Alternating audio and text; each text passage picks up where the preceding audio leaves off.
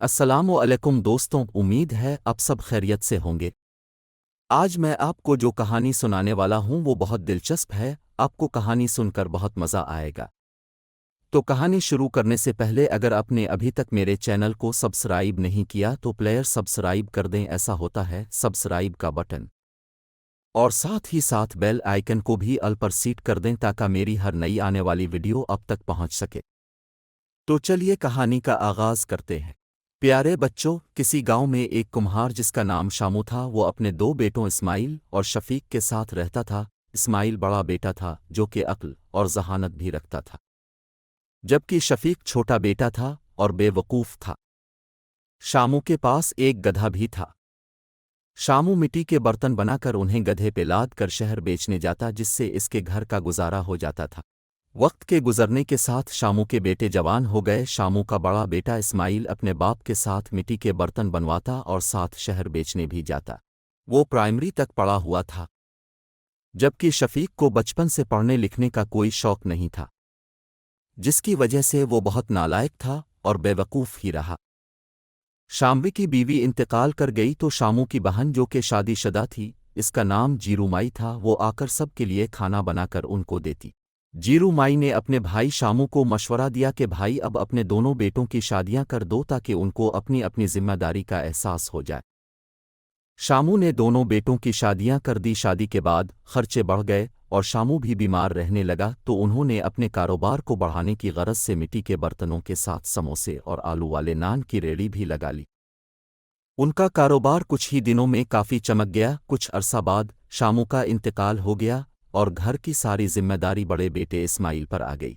کیونکہ شفیق تو کہیں بھی ٹک کر کام کرتا نہیں تھا، اسماعیل بال بچوں والا ہو گیا، تو اس کی بیوی نے کہا ایسے کب تک گزارا ہوگا؟ شفیق کو کہہ دیں کہیں ٹک کر کام کرے، نہیں تو ہم یہاں سے دور چلے جاتے ہیں۔ اکیلے ذمہ داری اٹھانے سے اس کی عقل خود ہی ٹھکانے آ جائے گی۔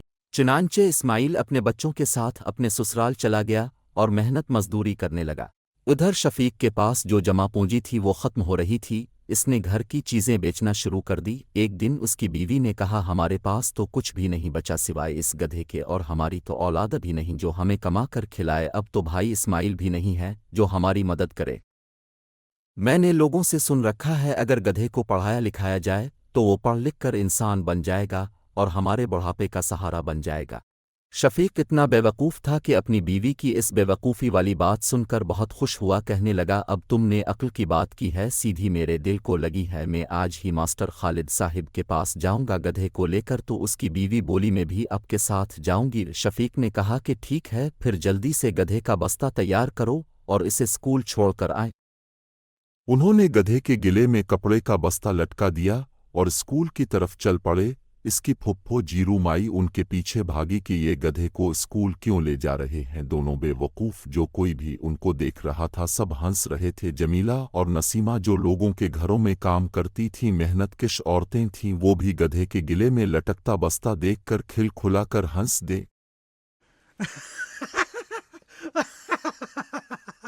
دونوں میاں بیوی گدھے کو لے کر سکول کے گیٹ پر پہنچ گئے۔ گدھا اپنے سامنے اتنے سارے بچے دیکھ کر سکول کے گیٹ پر راگ گیا۔ دونوں میاں بیوی اس کو زبردستی دھکیل کر اندر لے گئے۔ بچوں نے گدھے کے گلے میں بستہ دیکھا تو ہنس ہنس کر لوٹ پوٹ ہو گئے۔ پھر وہ ماسٹر خالد کے پاس پہنچے۔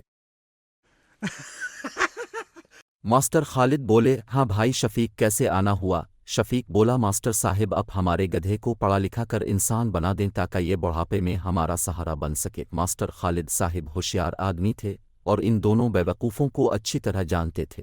ماسٹر خالد کہنے لگے کیوں نہیں، لیکن اس کی فیس لگے گی۔ ویسے تو ہماری فیس زیادہ ہے لیکن اب پورے سال کی صرف 5,000 روپے دے دیں۔ 5,000 کا سن کر دونوں کو دانتوں پسینہ آ گیا۔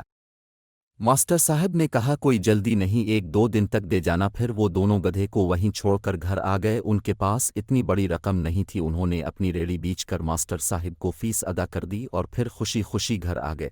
2 سال گزرنے کے بعد شفیق نے سوچا اب تو میرا گدھا انسان بن گیا ہوگا، اب ہم اسے گھر لے آتے ہیں۔ دونوں میاں بیوی اپنے بیٹے گدھے کو لینے اسکول چلے گئے اور ماسٹر صاحب سے پوچھا کہ ہمارا گدھا انسان بن گیا کہ نہیں۔